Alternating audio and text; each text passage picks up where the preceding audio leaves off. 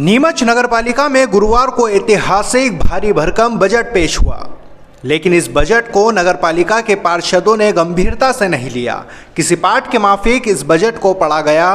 कांग्रेस पार्षदों ने इस बजट को मुंगेरी लाल के हसीन सपनों के जैसा बताया, तो वहीं नगरपालिका अध्यक्ष स्वाति चोपड़ा ने इस बजट को शहर की तकदीर और तस्वीर बदलने वाला बजट करार दिया। ये बजट 264 करोड़ रुपए से ज़्यादा का बजट है।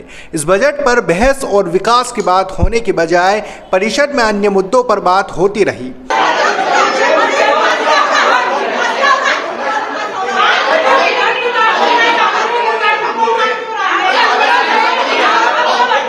नगरपालिका अध्यक्ष और अधिकारी विकास की बात करते रहे, तो कांग्रेस नेता प्रतिपक्ष योगेश प्रजापति सहित अन्य पार्षद बंगला बगीचा 34-36 और गुणवत्ता विहीन सड़कों की बात करते रहे।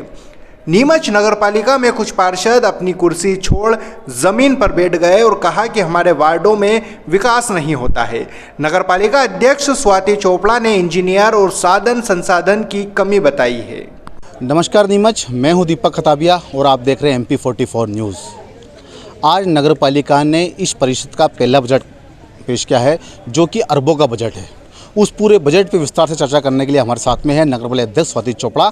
उनसे बात करेंगे किस तरह का ये अरबों का बजट पेश किया है जनता के लिए और किस तरह की सौगात होगी नीमच वासियों के लिए, किस तरह की नीमच के अंदर अब विकास की गंगा बहेगी, वो मुख्यमंत्री से मिली है। उसके बाद इस परिषद का पहला बजट था, जानेंगे नगरपालिका अध्यक्ष स्वाति चोपड़ा से। मैडम स्वागत है MP44 में आपका। अरबों का बजट पेश किया है आपने, किस तरह से नीमच को सौगात मिलने वाली है? जी, नीमच जो विकास डिज़र्व करता है उसके लिए हम लोगों ने एक सोचा समझा बजट प्लान किया है, बहुत सोच के। इसमें हम लोग मेन ये चाह रहे हैं कि नीमच में जो इंफ्रास्ट्रक्चर है उस पर हमें अच्छा वर्क करना है। सबसे पहले जो अंडरग्राउंड यहाँ पर इलेक्ट्रिसिटी वायर्स होने चाहिए, यहाँ पर अंडरग्राउंड पार्किंग होनी चाहिए, यहाँ पर एक पिकनिक स्पॉट होना चाहिए। साथ ही साथ यहाँ पर हम चाह रहे थे कि नए जो ब्रिज पुलिया उनका निर्माण हो। जो वाहनों की कमी है उसके लिए भी हमने बजट में एक अमाउंट रखा है और इसके साथ बहुत सारी चीज़ें हैं, जैसे छात्रावास के लिए भी हमने उसमें अमाउंट रखा है कि हम अच्छा नवीन छात्रावास बनाएं। इवन नगरपालिका का भी एक नया भवन की आवश्यकता है, उसके लिए भी उसमें प्रावधान है। करीब 264 करोड़ का बजट आपने पेश किया है नीमच शहर जनता के लिए। इसमें मुख्य रूप से देखा जाए तो नीमच की सबसे बड़ी जो समस्या है बंगला बगीचा और यहाँ के जो गरीब है, स्लम लोग हैं, उनके प्रधानमंत्री आवास योजना। पिछली परिषद ने भी जो बात की थी भवन बने, लेकिन अभी तक आज दिन तक स्लमों को, जो गरीब लोग हैं, उनको प्रधानमंत्री आवास योजना का लाभ नहीं मिल पाया। क्या गरीब लोगों के लिए भी इस बजट के अंदर कुछ प्रावधान रखा है आपने? जी, जो आवासीय योजनाएं हम लाने वाले हैं उसमें कोशिश यही रहेगी कि निम्न वर्ग व मध्यम वर्ग के परिवारों को उनको अपना घर मिल पाए, और उसके लिए हम जो आवास योजना लाएँ, आवासीय योजना, उसके तहत उनको सही अमाउंट में, सही राशि पे उनको हम व्यवस्थित देंगे जगह। इस मुख्य बजट के अंदर देखा जाए तो नीमच शहर के लिए से क्या मुख्य बजट लाए हैं जो शहर हित के लिए था और जो जनता को अब सौगात देने वाले हैं, इससे क्या मुख्य है? देखिए, सबसे ज़्यादा यहाँ पर हमारे लिए अभी ज़रूरी है कि हमारे ब्रिज, रोड, लाइट्स ये अच्छे हो जाएं, और साथ ही जो शहर का हम एक मास्टर प्लान बनाना चाह रहे हैं कि शहर में सब कुछ हो, यहाँ पर किसी तरह की कोई कमी ना हो। जैसे आज पार्किंग की व्यवस्था यहाँ पर बहुत ही ख़राब है कि हम लोग अगर मेन शहर में जाते हैं तो हम गाड़ी पार्क करने की जगह नहीं मिल पाती।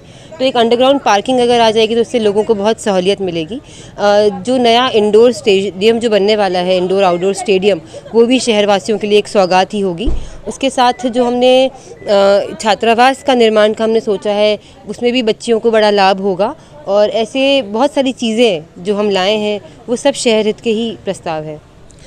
जब बजट पेश किया जा रहा था तो कांग्रेस जो पार्षद दल है, विपक्ष दल है, काफ़ी विरोध कर रहा था। उनका ये साफ कहना था कि नीमच के अंदर विकास होता, सड़कें बनती फिर टूटती हैं, लगातार सड़कों का नीमच की जनता की खरी कमाई का पैसा लगातार बर्बाद हो रहा था। इसको लेकर भी किस तरह से आपने स्पष्ट क्या कहना है? देखिए, जब से हम आए हैं गुणवत्ता विहीन कार्य के लिए मैं हमेशा सख्त रही हूँ, और सारे ठेकेदारों को मैंने बहुत बार ये निर्देश दे चुकी हूँ कि कभी भी कोई कार्य गुणवत्ता विहीन होगा तो वो बर्दाश्त नहीं किया जाएगा। अभी भी जो लास्ट में इशू बनाया गया था वो कार्य इनकम्प्लीट था। जब हमारे ही इंजीनियर परमार जी से डिस्कशन हुआ तो जिस रोड के लिए उन्होंने मुद्दा उठाया था वो रोड पूरा ही नहीं हुआ था। तो आप अधूरे कार्य के अंदर खामी निकालें, जो रोड हैंडओवर ही नहीं हुआ है नगर पालिका को, और ठेकेदारों को परेशान करके उनसे जो वसूली की जाती है। मुझे लगता है कि एक ये जो विशेष सर्कल है और जो ये लोग मुद्दा उठाते हैं उनका जो इंटेंशन होता है वो सही नहीं होता है। और हमारा इंटेंशन ये होता है कि शहर के काम अच्छे से हो जाएं, और अगर ठेकेदार अच्छा काम कर रहा है और हमारे कहे अनुसार गुणवत्ता वाला कार्य हो रहा है तो उसमें भी मुझे लगता नहीं कि कोई स्कोप हमारे लिए भी बोलने के लिए रह जाता है। नगर पालिका का चुनाव हुए करीब 7 से 8 महीने हो गए हैं। स्वाति चोपड़ा नपाध्यक्ष हैं। क्या शहर को दिया आपने इन 8 महीनों के अंदर? देखिए, जब मैं आई थी 6-8 महीने जो हुए हैं, सबसे पहले यहाँ पर आते से ही जो सबसे बड़ी समस्या थी वो थी रोडों में गड्ढे, जो मुझे पता है कि बहुत गड्ढे थे। तो आज अगर आप घूमेंगे तो आपको गड्ढों से जो राहत मिली है शहर को, वो एक बड़ी राहत है। साथ ही उसके साथ अभी हम लोगों ने जो गाय और कुत्ते जो अत्यधिक हो गए थे उनके लिए पूरी हमारी योजना थी कि हम उन्हें गौशालाओं में पहुँचाएँ।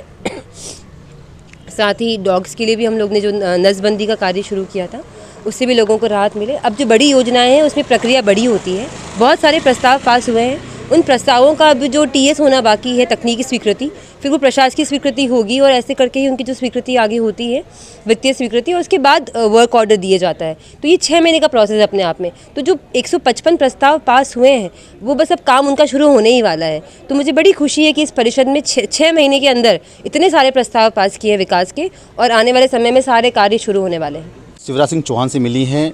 नीमच नगर पालिका की समस्याएं आप लोगों को बताई है। देखा जाए तो नीमच की आधे से ज़्यादा आबादी बंगला बगीचा क्षेत्र में निवास करती है, और सबसे बड़ी समस्या यहाँ पे लीज नवीनीकरण के नामांतरण की है। काफ़ी लोग परेशान हो रहे हैं बंगला बगीचा की समस्या को लेकर, स्थापन को लेकर, लीज नवीनीकरण नामांतरण को लेकर। आपने कहा था कि परिषद बनते ही समस्या हल कर दिया जाएगा, तो क्या लगता है कि अब प्रदेश के मुखिया शिवराज सिंह चौहान से मिलने के बाद नीमच वासियों को सौगात मिलेगी? जी, मेरा उनसे जो वार्तालाप हुआ, मैंने उन्हें एक ही बात बोली कि सबसे जो ज्वलंत समस्या है नीमच की वो बंगला बगीचा है सर, और इसको आप सबसे पहले सुलझाइए। उन्होंने बोला कि मैं सुलझा चुका हूँ, मैंने बहुत उन्होंने जो कोशिश करी है। मैंने कहा सर, थोड़ी समस्या जो व्यवस्थापन नियम में जो विसंगतियाँ हैं उसमें संशोधन की अत्यंत आवश्यकता है। तो उन्होंने बोला मेरे ही सामने कि ये तकनीकी जो मैटर है उसमें मैं डिस्कस करके और इसको आगे मैं सॉल्व करूँगा। और अच्छी बात यह है कि नेक्स्ट डे कैबिनेट की जो मीटिंग थी उसमें भी उन्हें ये बात याद थी कि हम उनसे मिले हैं। तो जब ये मुद्दा उठा वहाँ पर मंत्री जी द्वारा, तो उन्होंने यही बोला कि मैं कल ही मिला हूँ नगर पालिका अध्यक्ष मैडम से भी, और उनको ये बात याद है कि उन्हें इस चीज़ के लिए जल्द ही कुछ करना है। तो ये एक अच्छी पॉजिटिव साइन मैं समझूंगी इसको। तो ये थे हमारे साथ में नगर पालिका अध्यक्ष स्वाति चोपड़ा, जिन्होंने सारे सवालों का जवाब व्यापक तरह से दिया। उन्होंने साफ कहा है कि नीमच में अब विकास की गंगा बहेगी। अरबों का जो बजट नीमच की जनता के लिए लाए गए हैं, नीमच शहर के अंदर जो विकास के काम अधूरे पड़े हैं उनको पूरा किया जाएगा। देखते रहिए MP44 न्यूज़। करोड़ रुपए का बजट पेश करा, 2 अरब 64 करोड़ रुपए का, लेकिन बजट जो है पूरा हवाई बजट है। आप देखिए कि वास्तविकता में धरातल पर इस बजट के 10% भी काम हो जाए तो हम नगर पालिका अध्यक्ष का सम्मान और स्वागत कर देंगे। लेकिन सिर्फ आंकड़ों का बजट है, इसमें सिर्फ आंकड़े दर्शा रखें कि इतने रुपए यहाँ से आएंगे, इतने रुपए यहाँ से जाएंगे। भ्रष्टाचार रूपी बजट को पेश करके खुद नगर पालिका अध्यक्ष एक भी प्रश्न का जवाब सही तरह नहीं दे पाई। ना नगर पालिका अध्यक्ष दे पाए, ना उनके सभापति दे पाए, और यहाँ तक कि जो बजट पढ़ रहे थे उन्होंने भी बजट के अंदर जब हमने सवाल पूछा तो वो खुद भी जवाब नहीं दे पाए। इस तरह कितनी खामियां बजट में थी। आप 34-36 में जो अवैध भूखंडों को वापस भुगतान करने की बात करते हो, लेकिन आपके कार्यकाल के अंदर वहाँ बोर्ड काटे जाते हैं।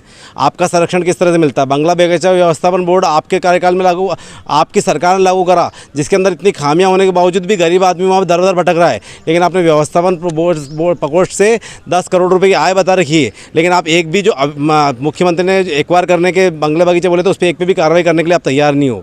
आप छोटे लोगों को कोई लाभ नहीं देना चाहते, लेकिन बड़े लोगों को आप पूरा संरक्षण देना चाहते हैं। एक छोटे कर्मचारी, एक व्यक्ति जो है स्कीम नंबर 9 में रहता है, एक 34 नंबर में रहता है, उनको तो आपने नोटिस जारी कर दिए, पुलिस की धमकी दे दी। लेकिन आपके कार्यकाल के अंदर बड़े बड़े भूमि पे जो है 3-3, 4-4, 5-5 हज़ार स्क्वायर फीट के जो मकान बना रहे हैं उनमें MOS का पालन नहीं किया जाता, तो उस पर कोई कार्रवाई नहीं की जाती है, उनको संरक्षण दिया जाता है। आप देखिए कितने बड़े बड़े लोगों के अंदर, चाहे वो जारोली हो चाहे कोई भी हो, इस तरह के निर्माण कर रहे हैं, लेकिन वो बिना निर्माण अनुमति कर रहे हैं। लेकिन आप उनको तो संरक्षण दोगे, बंगलों के टुकड़े कर करके आपके कार्यकाल में उनके ऊपर कब्जे किए जा रहे हैं। आपके मुख्यमंत्री की अवहेलना आप कर रहे हैं, आपका CMO आपके साथ दे रहा है, और बजट में आप उस चीज़ों का जवाब नहीं दे पा रहे और वैसे प्रस्ताव रख दिए।